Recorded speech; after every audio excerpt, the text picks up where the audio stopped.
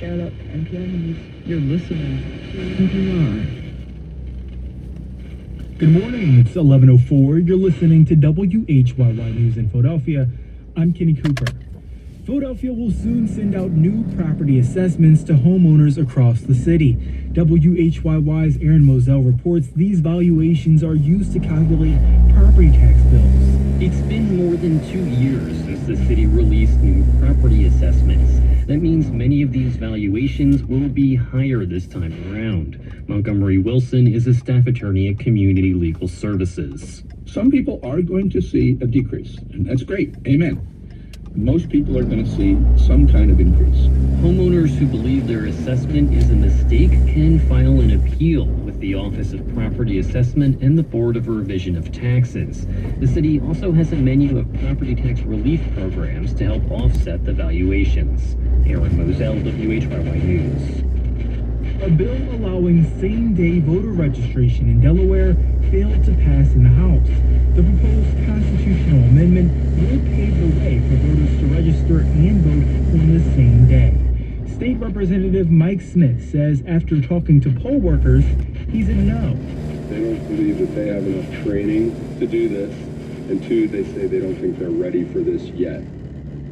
The legislation sponsor says more than 20 states offer same-day voter registration, and he says voters want this option. The House could consider the measure again before session later this month. And for your Philadelphia weather forecast, today expect overcast skies to give way to afternoon thunderstorms with a high of 87 and a low of 70.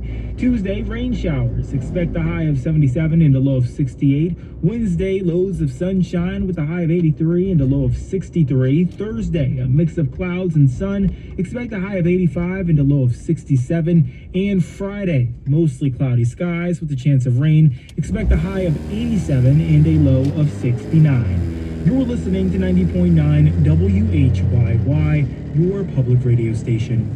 Support for NPR comes from NPR stations. Other contributors include the Alfred P. Sloan Foundation, supporting books, radio, podcasts, film, television, theater, and more to bridge science and the humanities. And the listeners who support this NPR station.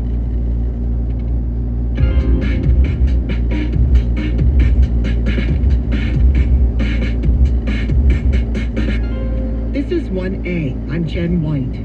It was a devastating weekend in Lebanon where Israeli strikes killed at least 83 people and wounded over 140 on Friday. That's according to Lebanon's health ministry. The strikes in Lebanon occurred despite a shaky ceasefire to end the United States and Israel's war with Iran. The Israeli military said they were targeting Hezbollah strongholds in Lebanon. They also said the Iran-backed militant group fired more than 50 projectiles into Israel on Saturday. Ending the fighting in Lebanon is a key part of the 14-point Memorandum of Understanding, or MOU, signed by the U.S. and Iran last week. Israel's military campaign in Lebanon has killed more than 4,000 people since March 2nd. President Trump criticized Israel's bombing in Lebanon at the Group of Seven summit in France last week. Israel's fighting Hezbollah too long, and too many people are being killed. And you don't have to knock down an apartment house every time you're looking for somebody. Because there are a lot of people in those apartment houses, and they're not all Hezbollah, that I can tell you. Iran's military said on Saturday that it would close the Strait of Hormuz due to the U.S.'s inability to curb Israeli aggression in Lebanon. Hours later, however, U.S. Central Command said the strait was open. Observers noted fewer ships moving through the strait Sunday following Iran's threat to close the waterway. Joining us to break down some of the events of the weekend and what they mean for the fragile ceasefire to end the war is NPR national security correspondent Greg Myrie. He joins us from Tel Aviv. Greg, welcome back. Hi, Jen. Good to be here. So let's start with the latest update on negotiations to end this war. The Treasury Department announced they are temporarily lifting sanctions on Iranian oil as part of the preliminary ceasefire deal.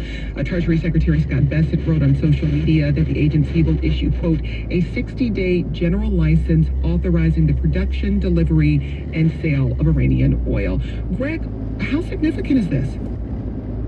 It's very significant, Jen. This is a big benefit for Iran. For years and years, Iran has had to face sanctions and it was very difficult to sell its oil freely on the world market. And when it did so, it often had to sell, it did have to sell it at a discount because those countries would say, we're worried about violating U.S. sanctions, and so we're going to pay you less. So now Iran can legally sell its oil internationally and presumably at world market prices. So this is a big benefit. And I would point, it also seems to point to the notion that a lot of the things Iran wants have been front-loaded in these negotiations. The lifting of its sanctions on oil, the fighting in Lebanon has been a big issue for Iran. So some of these things that Iran has wanted very badly are happening at the beginning, and it looks like some of the things the U.S. wants, like a deal on the nuclear program, are not at the top of the agenda. They'll presumably get to it, but further on down the road. Well, this weekend we saw a lot of back and forth comments between Iran and the U.S. about the Strait of Hormuz. Iran says the waterway's closed. The U.S. says they don't have that power, and ship traffic has slowed. So what's actually happening? Yeah, so it looked like it was opening after the announcement last Wednesday when the memorandum of understanding was signed. Saturday was a very good day. There were dozens of ships, slightly different numbers, but you were seeing 30, 40, 50 ships were going through the strait on Saturday. And this was either the busiest or certainly one of the busiest days since it was shut down almost 4 months ago.